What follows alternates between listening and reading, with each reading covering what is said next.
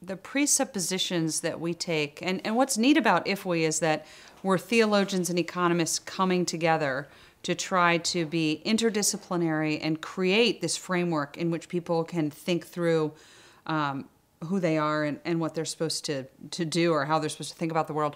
And so what we start with is anthropology, meaning who are we? And how did God, it's one thing to say we're made in God's image. We understand that, but what does it mean? So I'm just going to list a few things that it means. It means that we are not actually God, right? He can create something out of nothing. We can't do that. We live in a world of scarcity. We can create something out of something, and we are called to do that. So that's one important point. I think the other important point is we have purpose. So we're not, wind-up robots that you set off. Nobody winds us up in the day. So we have a filter by which we try to assess what's good for me. And we call this self-interest.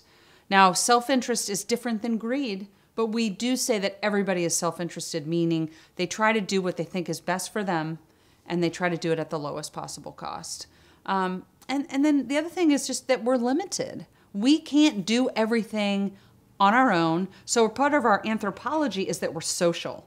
And you see this in the image of God, the Trinity, right? A relational being. We are relational beings. So we're going to require a society that encourages community and relationships. So I think those are really important foundational aspects of our narrative, our framework, and our thinking about how do we talk to Christians in the 21st century about freedom and flourishing. Well, you have to start with those principles of human anthropology, and because that tells you what we're going to be capable of and what we're incapable of. And I think that's where you have to start the conversation.